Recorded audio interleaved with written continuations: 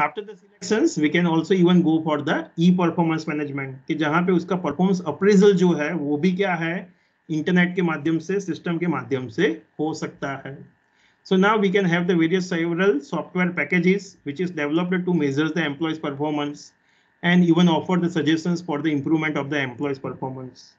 कि इवन अभी सॉफ्टवेयर है, सिस्टम्स है कि जो क्या है बंदे के परफॉर्मेंस को ऑब्जर्व करने के लिए बिल्डअप किए गए हैं, कि जो जहां पे वेरियस काइंड्स ऑफ क्या होगी, इंफॉर्मेशन होगी. So as a employers they tends this towards using the softwares packages and computerize the employees performance appraisal system. कि जो employers है now they are moving from a hard form performance appraisal system to this soft form computerized software package के लिए वो लोग अभी जा रहे हैं. क्यों? The software of this employees performance appraisal provides the number of statements and सब statements on each of the performance category, कि भाई हर एक बंदे की जो परफॉर्मेंस कैटेगरी होगी, वो कंसर्न जॉब के ऊपर उसने क्या किया, कैसे किया, क्या कर रहा है, तो हर एक के लिए नंबर ऑफ स्टेटमेंट्स होगी.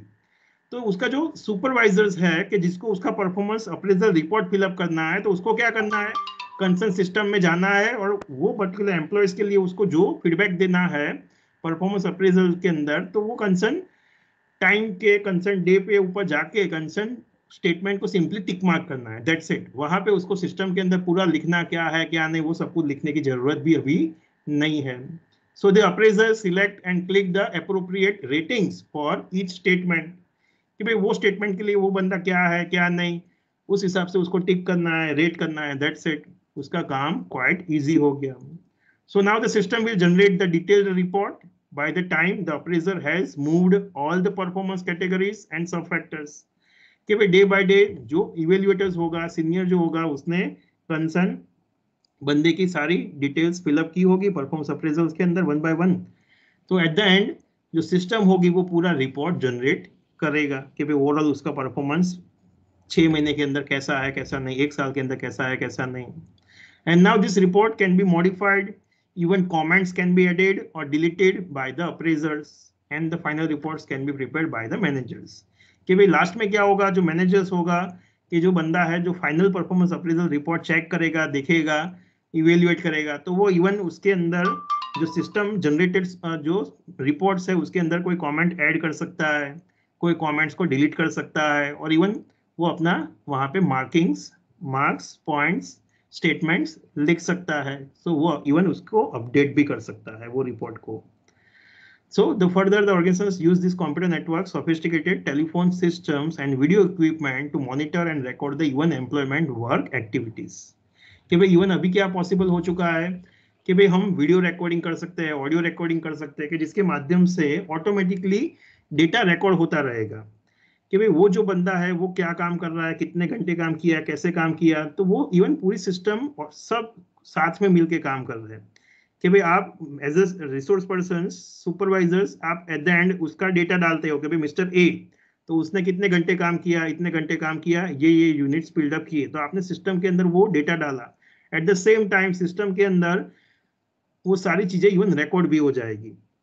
इवन कंपनी के अंदर वीडियो रिकॉर्डिंग भी होगा कि जिसने रिकॉर्ड किया होगा भाई वो बंदे ने वो जगह पे क्या काम किया क्या नहीं. तो इवन एज ए मैनेजर्स आपको लास्ट में चेक करना है कि जो सुपरवाइजर्स है उसने जो डिटेल्स फिलअप किया है वो सही है या नहीं है. तो even cross check is also possible with the help of this E system. So even now performance appraisal जो है वो भी हम क्या है ऑनलाइन कर सकते हैं. Now, what are the benefits? अगर हम ऑनलाइन करेंगे तो उससे फायदा क्या होगा? तो now managers can manage the more number of people with the less efforts. कि भाई कम टाइम में हम बहुत सारे एम्प्लॉयज का परफॉर्मेंस अप्रेजल रिपोर्ट फिलअप कर पाएंगे, ऑब्जर्व कर पाएंगे. Appraising the performance can be done in a less time. कि भाई वो जो टाइम कंज्यूमिंग प्रोसेस थी पहले कि भाई मेरे यहाँ पे 100 एम्प्लॉय है तो मेरे को हर एक एम्प्लॉयज का रिपोर्ट फिलअप करना होता है फिजिकल फॉर्म में, उसकी हर एक की एंट्री करनी होती है, 6 महीने तक मैं उसको ऑब्जर्व करता हूँ, और बाद में जाके वो एक कमिटी होगी कि कमिटी हर एक रिपोर्ट को चेक करेगी, उसके बेसिस पे हर एक बंदे को कंसर्न मार्क्स मिलेंगे, ग्रेड मिलेगा, और फिर फाइनल रिपोर्ट क्रिएट होता है. तो ये बहुत सारी टाइम कंज्यूमिंग प्रोसेस थी, बट यहाँ पे सिस्टम सारा रिपोर्ट जनरेट करके आपको देती है, तो वहां पे आपका टाइम बच जाएगा. So now even employees can know the areas and categories of the appraisals and rating of the appraisals. कि भाई as a individuals, as a employees, now they will know कि भाई सिस्टम के अंदर कौन कौन सी चीजें हैं कि जो ऑब्जर्व की जाती है। तो वो एज अ एम्प्लॉयज वो सिस्टम के जो दिखाती है उनको भाई ये चीजें ऑब्जर्व होने वाली है आपकी, तो वो चीजों के ऊपर वो लोग ध्यान दे पाएंगे, अपना परफॉर्मेंस एनहेंस कर पाएंगे। और इवन अपनी जो रेटिंग आई है वो रेटिंग जान पाएंगे कि भाई उनका परफॉर्मेंस ये 6 महीने में अच्छा था या नहीं था, उनको इम्प्रूवमेंट की जरूरत है या नहीं है। तो इवन एम्प्लॉय भी खुद ये जान पाएगा बेस्ड ऑन दिस सिस्टम कि भाई उनको परफॉर्मेंस एनहेंस की रिक्वायरमेंट है या नहीं है, वो अच्छा कर रहा है या अच्छा नहीं कर रहा है।